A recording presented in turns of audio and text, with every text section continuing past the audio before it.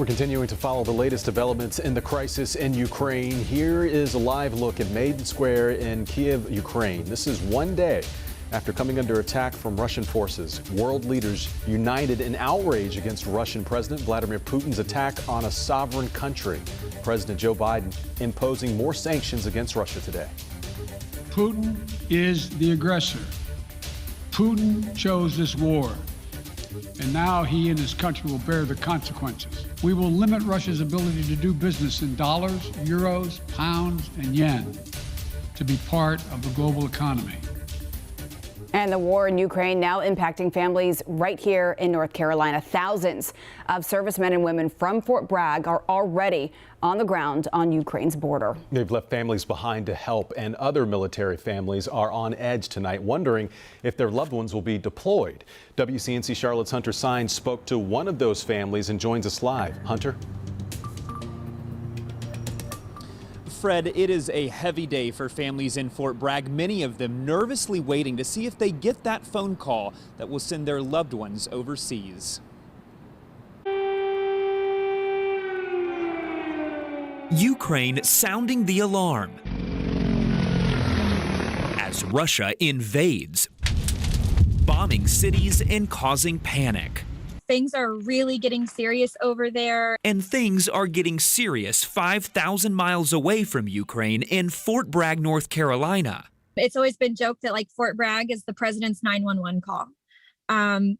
Jeannie Itoyo Lopez's husband and father of her 2 kids is currently training at Fort Bragg. He hasn't been deployed to help in the Ukraine crisis yet, but his family is on edge. I don't know if I'm going to get a text message or a call saying I have to go. Ready!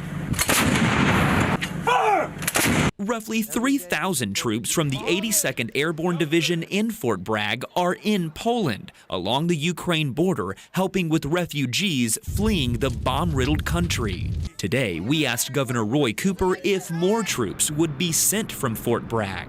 I have not heard, no. We know that there are Fort Bragg soldiers now over there. President Biden says no U.S. troops will be sent in to fight Russia. Whatever the nation needs. But for families back in Fort Bragg, anxiety grows. You just kind of sit on the edge of your seat, waiting to know, is this happening? Is this not happening?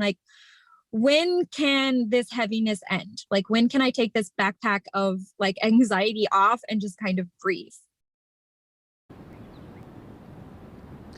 And this afternoon, President Joe Biden held a news conference where he said that he authorized more troops to be sent to Germany this time, but he didn't specify which U.S. bases they would be sent from.